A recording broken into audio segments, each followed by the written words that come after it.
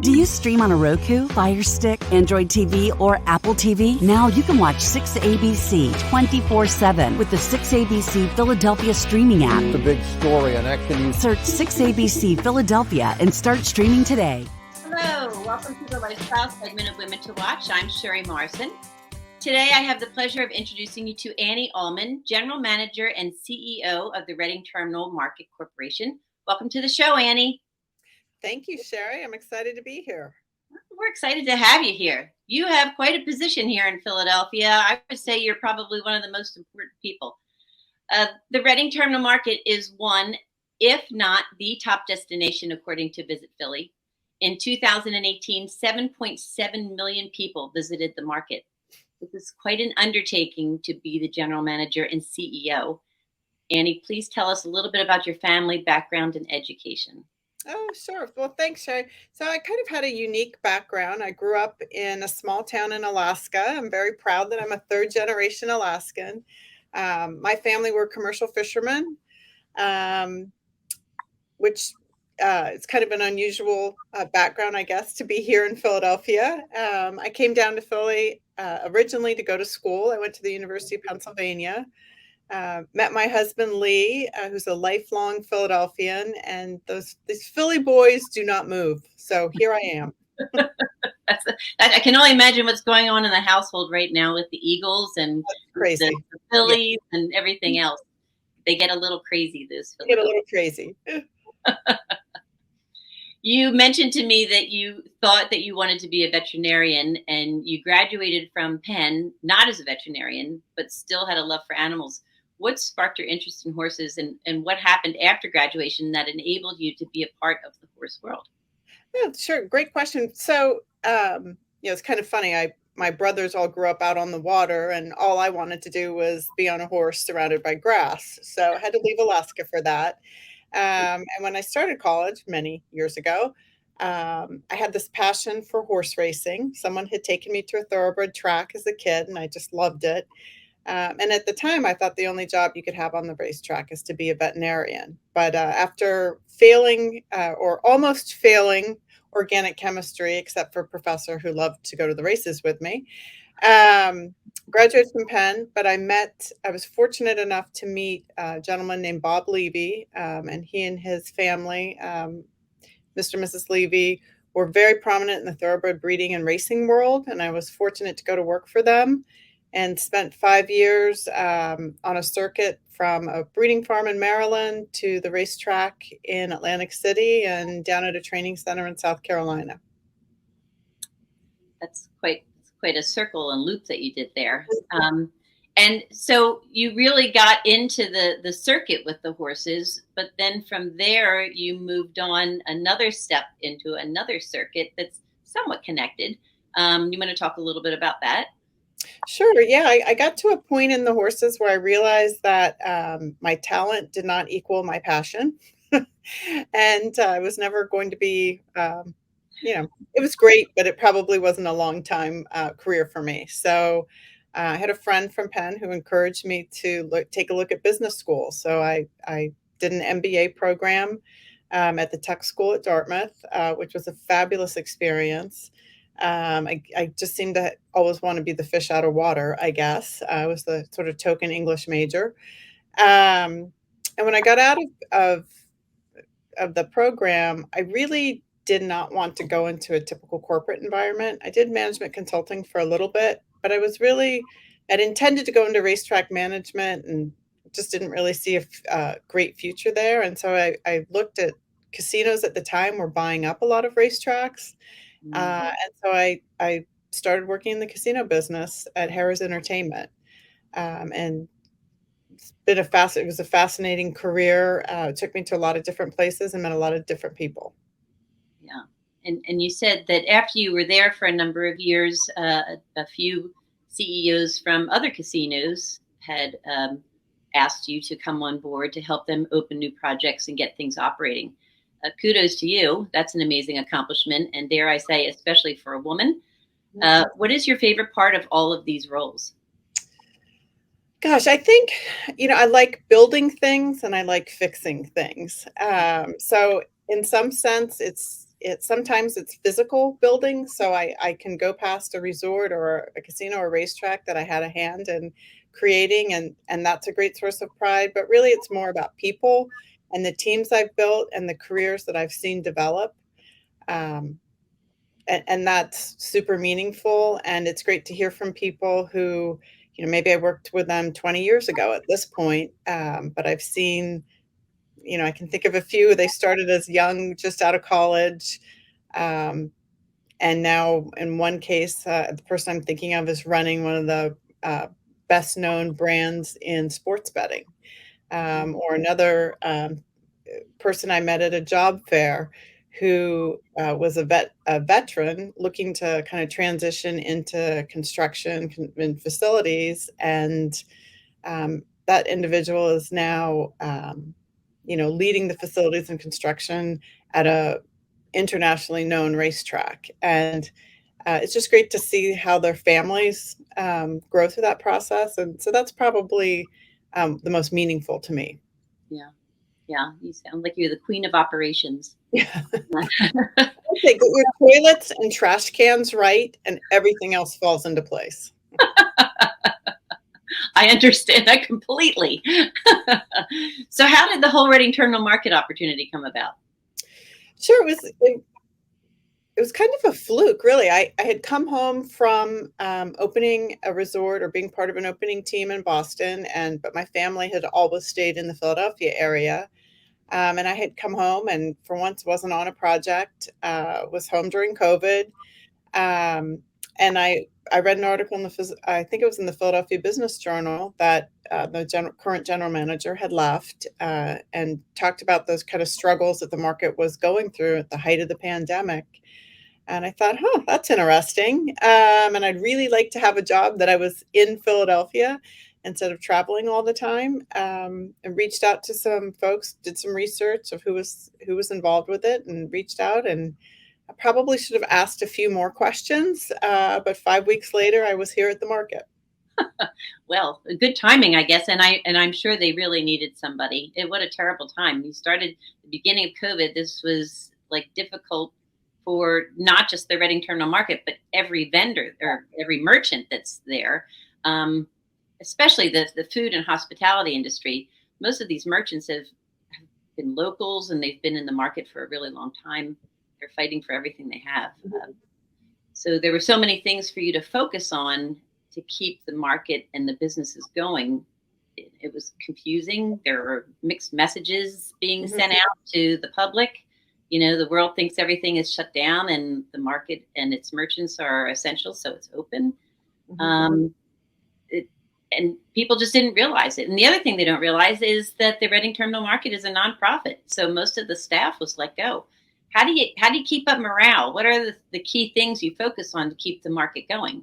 I think when I first got here, first of all, we have incredible merchants, right? They are small, family owned. They're very passionate about their business. In some cases, they've been here generations. In other cases, this is new. We have folks who literally had just launched their business, put their entire life savings into something only a few months before COVID hit.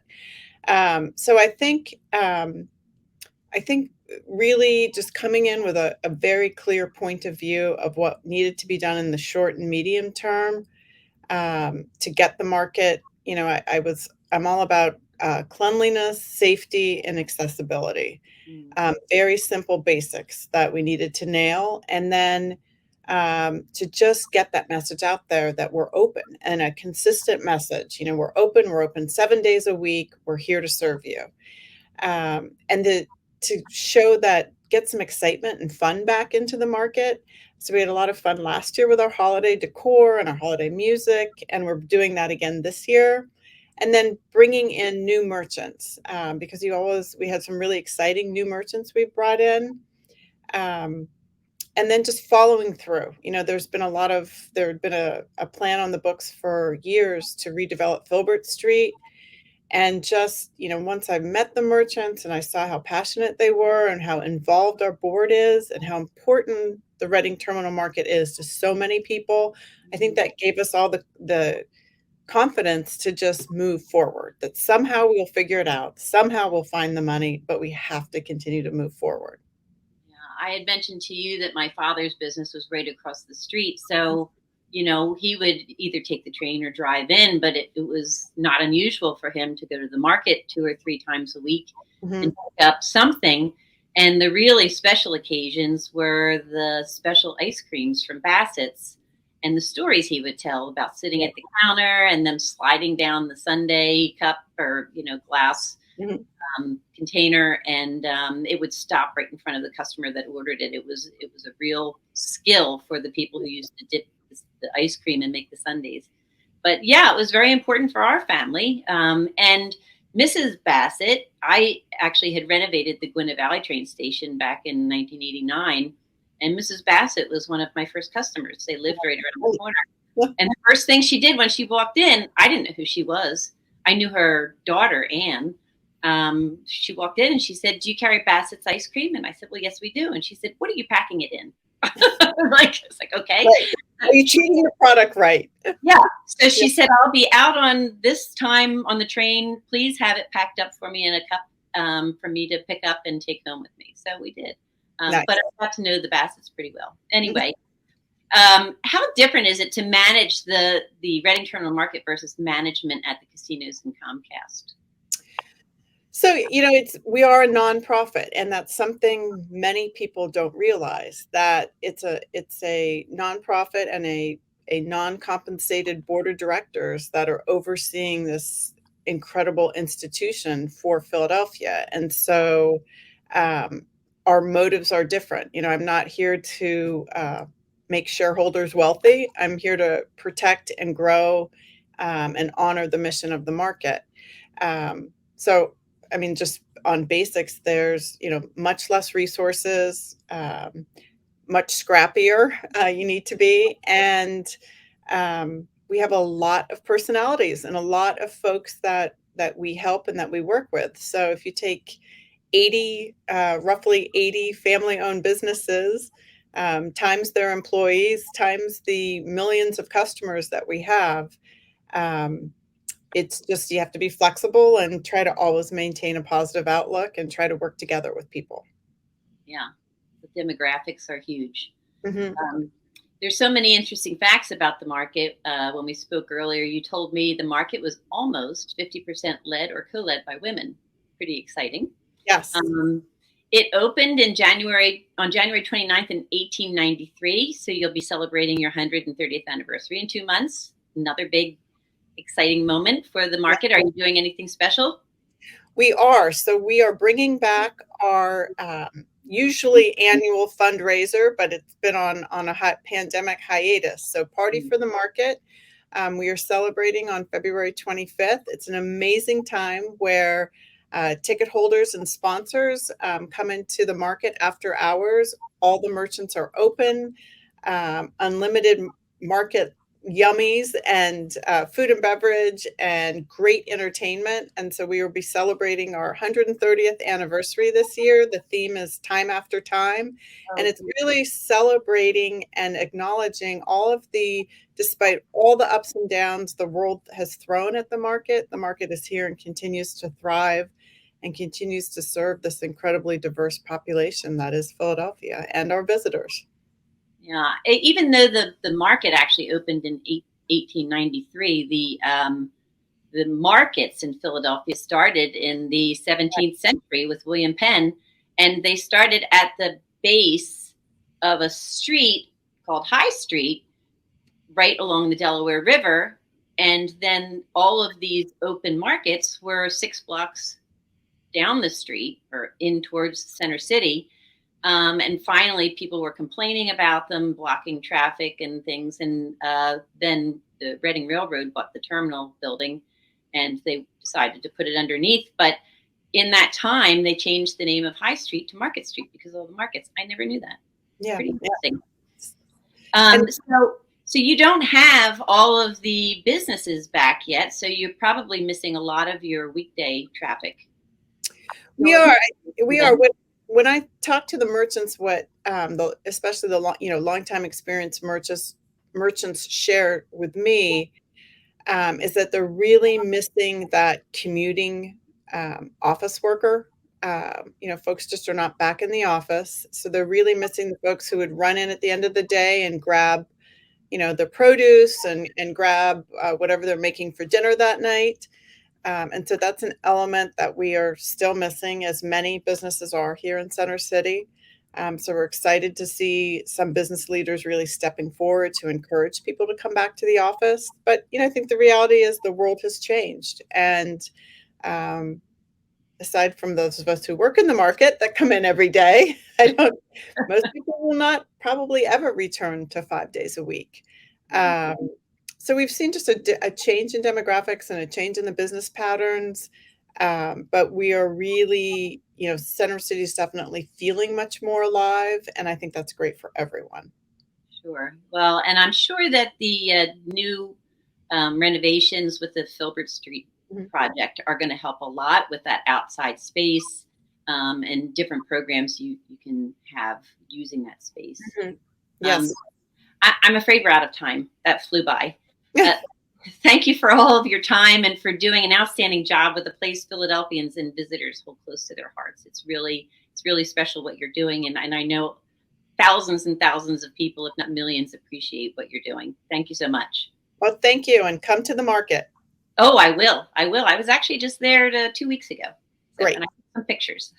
So for more information about the Reading Terminal Market, its merchants, events taking place, having an event there, how you can support, make a donation, or become a merchant, go to www.readingterminalmarket.org. Sue will be right back to close out the show. Ladies, keep living your dreams.